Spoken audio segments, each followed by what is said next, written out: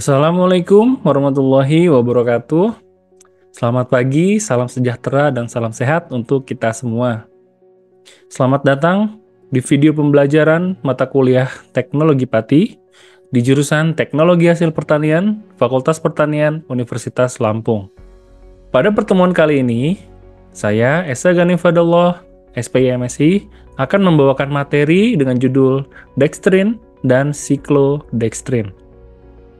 Adapun capaian pembelajaran pada materi kali ini adalah agar mahasiswa mampu menjelaskan karakteristik, proses pembuatan, hingga aplikasi dari dextrin maupun cyclodextrin di bidang pangan dan non-pangan.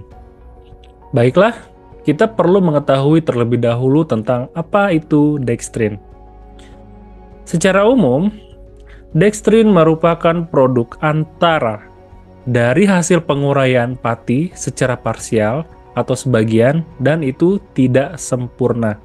Jadi penguraiannya belum sampai ke unit terkecil dari pati. Dextrin juga ini merupakan salah satu hasil dari modifikasi pati secara hidrolisis, baik enzimatis maupun kimia. Seperti yang sudah pernah dipelajari sebelumnya bahwa dalam modifikasi pati itu ada hidrolisis baik secara kimia maupun secara enzimatis. Kalau secara kimia biasanya menggunakan bahan kimia yang bersifat asam, dan kemudian kalau secara enzimatis itu menggunakan enzim. Dextrin ini memiliki rantai yang lebih pendek dibandingkan pati, yaitu sekitar 6-10 rantai unit glukosa. Jadi, pati merupakan bentuk kompleks dari glukosa yang lebih banyak jumlah rantai glukosanya. Dan dextrin ini merupakan turunan dari pati dengan jumlah rantai yang lebih pendek, yaitu 6-10. Dari dextrin ini, dia juga dapat mengandung ikatan alfa 1,4 dan alfa 1,6 glukosidik. Seperti yang bisa kalian lihat di gambar ini adalah struktur kimia dari senyawa dextrin. Nah, secara fisik, dextrin ini umumnya berbentuk seperti serbuk ya, atau tepung. Dan dia memiliki warna yang bervariasi tergantung dari proses produksinya. Ada yang berwarna dari kekuningan ya, hingga putih, dan itu memang tergantung bagaimana tahapan ataupun proses pengolahan dari pati menjadi dextrin. Kalau yang berwarna putih umumnya seringkali ditambahkan zat bleaching ya, atau pemucat agar didapatkan warna dextrin yang lebih putih. Untuk karakteristiknya, yang pertama, dextrin ini mudah larut dalam air, baik pada air dingin maupun air panas. Dengan mudah larutnya ini, maka dextrin ini memiliki fungsi yang sangat luas ataupun aplikasi yang sangat luas dibandingkan pati yang biasa ataupun yang belum dimodifikasi. Kemudian dextrin juga lebih cepat terdispersi dalam cairan. Ya, kemudian dia tidak kental dan memiliki sifat lebih stabil daripada pati. Nah, dalam dunia perdagangan, dextrin ini dikenal dengan istilah lain, seperti artificial gum, atau starch gum, atau tapioca gum, dan vegetable gum. Namun, secara kimia, dia merupakan dextrin yang memiliki rantai yang lebih pendek dibandingkan pati, yaitu dari 6-10 rantai glukosa. Selanjutnya, kita akan masuk mengenai proses dari pembuatan dextrin itu sendiri. Secara prinsip, untuk proses pembuatan dextrin itu adalah memotong rantai panjang pati menggunakan bahan tambahan ataupun menggunakan katalis dan juga menggunakan pemanasan. Sehingga pada akhirnya nanti dihasilkan dextrin dengan molekul-molekul yang berantai lebih pendek dibandingkan pati. Secara prosesnya ada 3 macam pembuatan dextrin, dan ini mirip dengan proses modifikasi pati, yaitu yang pertama ada hidrolisis asam, tentunya menggunakan bahan kimia yang berada pada pH asam. Kemudian ada hidrolisis enzimatis, di sini menggunakan enzim. Dan yang ketiga adalah konversi kering. Jadi secara skematis bisa kalian lihat pada struktur kimia pada slide ini, yang sebelumnya rantainya sangat panjang dari pati itu sendiri, dan disederhanakan, rantainya diperpendek menjadi 6-10 rantai glukosa. Selanjutnya kita akan masuk untuk proses pembuatan dekstrin yang pertama, yaitu dengan hidrolisis asam. Untuk hidrolisis asam pada pati menjadi dekstrin, biasanya menggunakan katalis asam atau senyawa kimia asam, yaitu seperti HCl atau asam klorida, ini adalah asam kuat. Kemudian ada CH3COOH atau asam asetat, ini termasuk golongan asam lemah. Kemudian ada H2SO4 atau asam sulfat, dan ini merupakan salah satu senyawa kimia yang bersifat asam kuat. Dan lain-lain sebagainya. Yang jelas, untuk hidrolisis asam kita bisa menggunakan senyawa kimia asam lemah ataupun kuat untuk mempercepat atau mengefisienkan proses hidrolisis asam. Proses hidrolisis asam untuk menghasilkan dekstrin ini dapat menghasilkan warna yang berbeda, tergantung dari suhu yang kita gunakan dalam proses hidrolisis. Jika kita menginginkan warna dari putih hingga krim, kita bisa menggunakan suhu 79 sampai 121 derajat Celcius. Namun bila kita ingin warna yang lebih kuning atau yang lebih tua, maka kita bisa menggunakan suhu yang lebih tinggi, yaitu berkisar dari suhu 149 sampai 190 derajat Celcius. Kalau kita menginginkan warna yang lebih tua, maka kita bisa menggunakan perlakuan suhu yang lebih tinggi. Semakin tinggi suhu, maka memungkinkan dihasilkan dekstrin dengan warna yang lebih gelap. Untuk prosedurnya, bisa kita lihat pada slide ini. Yang pertama, kita perlu untuk membentuk suspensi pati dengan konsentrasi 30%. Kemudian diberi penambahan perlakuan asam kuat. Dalam hal ini adalah asam klorida dengan konsentrasi 0,5%. Kemudian kedua bahan ini dicampurkan dan dilakukan pemanasan pada suhu 95 derajat Celcius dengan adanya pengadukan. Setelah dilakukan pemanasan dan pengadukan, pH suspensi ini masih berada dalam kondisi asam. Oleh karena itu, agar bisa digunakan dalam food grade, itu perlu kita netralkan terlebih dahulu, menggunakan senyawa basa untuk mempercepat penetralannya. Kemudian, dilakukan pencetakan dekstrin cair tersebut ke dalam loyang, kemudian kita keringkan untuk menguapkan pelarutnya atau airnya, sehingga nanti yang dihasilkan itu hanyalah dekstrinnya saja. Kemudian dilakukan pengecilan ukuran dan pengeyakan, dan didapatkanlah dekstrin yang telah dihidrolisis secara asam. Kemudian cara yang kedua yaitu hidrolisis secara enzimatis. Untuk mengkonversi dari pati menjadi dekstrin, itu kita bisa menggunakan katalis enzim, dan enzim yang digunakan ini adalah enzim alfa amilase. Enzim alfa amilase ini memiliki aktivitas untuk menguraikan molekul pati itu secara acak. Ya, dia secara random memotong ikatan-ikatan yang pada pati tersebut. Nah, keunggulan dari penggunaan hidrolisis secara enzimatis ini, yang pertama adalah tidak menimbulkan efek samping, karena ini adalah bahan biologis dari enzim. Kemudian dia juga tidak menimbulkan rasa yang menyimpang pada dekstrinnya. Kemudian, untuk enzimatis, kita hanya memerlukan dalam jumlah yang sangat sedikit saja. Ya, karena akan nanti dihasilkan dekstrin, ya, bukan menghasilkan glukosa. Kemudian, dengan menggunakan hidrolisis enzimatis ini, dari pati menjadi dekstrin, untuk waktu prosesnya, itu lebih cepat dibandingkan konversi asam. Untuk tahapan prosedurnya, kita bisa membuat suspensi pati pada pH 5, ya, dengan konsentrasi 30%. Kemudian kita tambahkan enzim alfa amilase, biasanya yang ditambahkan itu 1% dari keseluruhan jumlah bahan yang digunakan. Kemudian dilakukan pemanasan dan homogenisasi. Nah, ini kita menggunakan perlakuan suhu 95 derajat Celcius, ya, dalam waktu 1-2 jam, dan kecepatan homogenisasi menggunakan hot magnetic stirrer pada kecepatan 300 rpm. Nah, tujuan dari pemanasan ini adalah untuk mengaktifkan kinerja dari enzim alfa amilase agar proses penguraian dari pati menjadi dekstrin itu juga berjalan lebih cepat.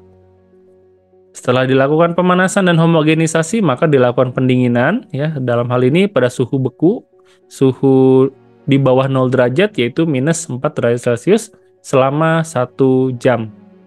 Kemudian setelah didinginkan, dicetak dekstrin cair ke dalam loyang, kemudian sama dikeringkan, dan dilakukan pengecilan ukuran, dan didapatkanlah dekstrin hasil dari hidrolisis enzimatis. Selanjutnya kita juga bisa menggunakan metode konversi kering untuk menghasilkan dekstrin dari pati.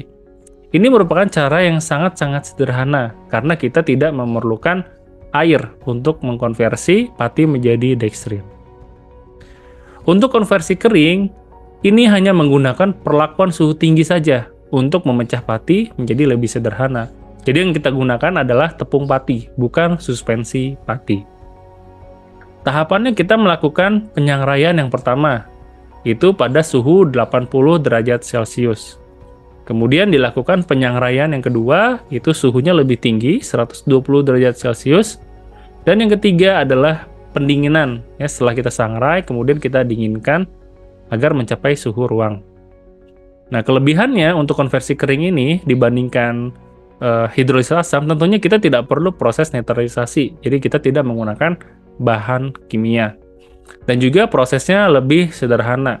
Dan ketiga tentunya ini lebih ekonomis karena kita bisa melakukan tanpa harus di laboratorium. Nah, kemudian pemanfaatan dekstrin ini itu tentunya luas ya dibandingkan dengan pati biasa. Karena dekstrin ini dia lebih sederhana dan lebih applicable.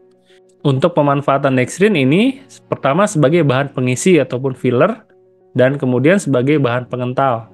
Ya, begitu dekstrin dicampurkan dengan air atau cat, dia akan memiliki tekstur yang lebih kental nantinya, langsung terbentuk kental dan lebih memiliki massa yang lebih banyak. Kemudian emulsifier, selanjutnya sebagai penambah tekstur. Selanjutnya juga bisa digunakan dalam pembentukan film ataupun lapisan. Nah, kita bisa juga membuat bioplastik berbahan dari dekstrin yang kita dapatkan dari pati. Kemudian juga sebagai perekat amplop dan pengikat air dalam daging. Nah, selanjutnya kita akan membahas tentang siklodekstrin. Berbeda dengan dekstrin, kita membahas siklodekstrin di mana siklodekstrin ini adalah produk pati modifikasi yang berbentuk siklis atau ring melalui proses siklisasi. Bila dilihat struktur kimianya, dia membentuk seperti lingkaran atau siklis ya, atau ring bahasanya. Siklodekstrin ini dihasilkan dengan memodifikasi pati dengan bantuan enzim, yaitu adalah CGTase atau siklomaltodextrin glucanotransferase. Kita ingat CGTase. Nah, siklodekstrin ini mempunyai sifat yang menarik, yaitu dapat melindungi molekul-molekul lain yang ada di dalam ringnya. Oleh karena itu, siklodekstrin ini dia dapat melindungi emulsi dan bahan-bahan yang sensitif terhadap cahaya, oksigen, dan juga panas. Jadi seperti kapsul, dia melindungi apa yang ada di dalamnya. Kemudian struktur siklodekstrin ini berbentuk seperti silinder yang permukaan luarnya bersifat hidrofilik dan pada bagian dalam rongganya itu bersifat nonpolar. Jadi kita bisa lihat seperti gambar di sini. Untuk siklodekstrin, dia ada bagian yang hidrofilik dan ada bagian yang hidrofobik. Nah, bagian hidrofobik ini tentunya akan melindungi komponen yang akan berada di dalamnya. Siklodekstrin ini bisa kita hasilkan dari dekstrin, ya. Kalau sebelumnya kita untuk menghasilkan dekstrin itu berasal dari pati, kalau untuk siklodekstrin kita bisa memanfaatkan dekstrin yang sudah kita dapatkan dari hidrolisis ataupun konversi kering dari pati. Nah, dekstrin ini digunakan sebagai substratnya untuk menghasilkan siklodekstrin. Nah, dari dekstrin nanti dengan enzim CGTase itu bisa menjadi beta siklodekstrin ya. Kemudian dari gamma ataupun alfa itu bisa menjadi atau bisa bergantian ya, dari alfa bisa dikonversi menjadi gamma siklodekstrin ataupun dari gamma siklodekstrin menjadi alfa siklodekstrin dengan bantuan enzim CDTGase dekstrin kompleks. Nah, siklodekstrin ini terbagi menjadi 3 jenis ya. Ada alfa C CD atau alpha cyclodextrin yang memiliki 6 rantai glukosa, kemudian ada beta cyclodextrin itu ada 7 rantai glukosa, dan gamma cyclodextrin ini ada 8 rantai glukosa. Jadi ada 3 jenis ya, berbeda-beda berdasarkan jumlah N atau jumlah dari unit atau rantai dari glukosanya. Nah, untuk produksi cyclodextrin ini yang pertama kita bisa gunakan metode tanpa pelarut. Nah, untuk tanpa pelarut ini enzim bisa digunakan dan dibiarkan bereaksi dengan suspensi pati. Kemudian, sebelum penambahan enzim, pH suspensi itu diatur pada pH normal. Nah, selanjutnya, untuk kondisi tanpa pelarut ini, konsentrasi pati yang digunakan umumnya adalah 15%. Kemudian yang kedua, dengan adanya pelarut. Adanya penambahan pelarut organik itu dapat menghasilkan cyclodextrin. Di awal pH diatur pada pH optimal enzim bekerja, kemudian enzim dan pelarut ditambahkan ke dalam suspensi pati. Pada metode dengan pelarut ini tentunya kita menggunakan konsentrasi pati yang lebih tinggi, yaitu 30%. Kalau sebelumnya tanpa pelarut itu kita menggunakan 15%, maka untuk produksi cyclodextrin dengan pelarut, itu konsentrasi pati yang kita gunakan adalah 30%. Dari produksi cyclodextrin menggunakan pelarut itu hanya dapat menghasilkan satu jenis cyclodextrin saja, tergantung jenis pelarut yang digunakan. Selanjutnya, jika kondisi likuifaksi atau hidrolisis tidak mencukupi, maka akan terjadi retrogradasi. Nah, retrogradasi inilah yang membatasi ketersediaan substrat karena menghasilkan cyclodextrin yang lebih rendah. Kemudian, jika pati terlalu berlebihan di hidrolisisnya, maka nanti cyclodextrin yang dihasilkan itu akan lebih rendah. Karena terlalu berlebihan nanti pati akan terhidrolisis menjadi unit-unit yang lebih kecil dari dextrin. Kemudian jika alfa amilase digunakan untuk menghidrolisis pati, selanjutnya itu harus dinonaktifkan aktivitasnya dengan menggunakan pengasaman atau kita menaikkan suhu. Karena jika tidak, maka hasilnya dapat menurunkan rendemen dari cyclodextrin. Karena produksi cyclodextrin ini menggunakan enzim, maka kondisi suhu dan juga pH itu perlu dikontrol ataupun dikendalikan. Nah, dextrin ini tentunya juga punya aplikasi, yaitu cyclodextrin dapat melindungi emulsi dan bahan-bahan yang sensitif terhadap cahaya, oksigen, dan juga panas. Aplikasi cyclodextrin dalam pangan contohnya dia dapat berperan sebagai pelindung untuk bahan flavoring ataupun flavor, agar komponen flavornya itu tidak mengalami perubahan. Cyclodextrin juga dapat menjaga senyawa-senyawa volatil yang ada pada rempah, sehingga tidak kehilangan karakteristik kimianya, atau sifat volatilnya masih ada. Kemudian, cyclodextrin dapat diaplikasikan untuk meningkatkan stabilitas emulsi dari minyak, karena dia bisa melindungi minyak dari oksidasi. Seperti yang kita ketahui bahwa minyak ini memang sensitif terhadap cahaya, jadi kita bisa melindungi minyak ini dari cahaya maupun oksigen. Karena sifatnya seperti ini, jadi cyclodextrin ini dia punya aplikasi juga sebagai bahan enkapsulasi obat-obatan untuk melindungi khasiat obat yang dilindunginya. Baiklah, demikian materi kita untuk hari ini, untuk materi dextrin dan cyclodextrin. Semoga kalian sudah memahami mengenai konsep dari karakteristik dextrin maupun cyclodextrin, cara produksinya, dan hingga aplikasinya, baik di bidang pangan maupun non-pangan. Saya mohon maaf atas segala kekurangan. Kita cukupkan sampai di sini, dan sampai jumpa lagi di video selanjutnya. Saya ucapkan terima kasih. Wassalamualaikum warahmatullahi wabarakatuh.